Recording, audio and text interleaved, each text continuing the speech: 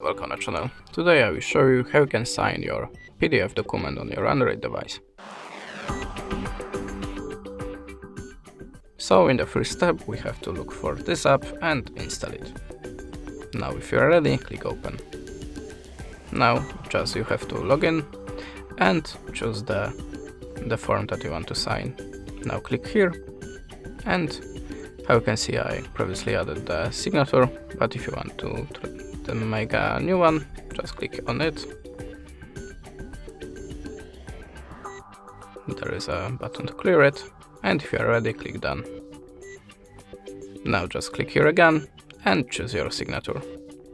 Now just choose the place for it. If you are ready, just go back. How you can see, form is saved, and now we can open it. And that's it. Thanks for watching, leave us a subscribe or a comment, and goodbye.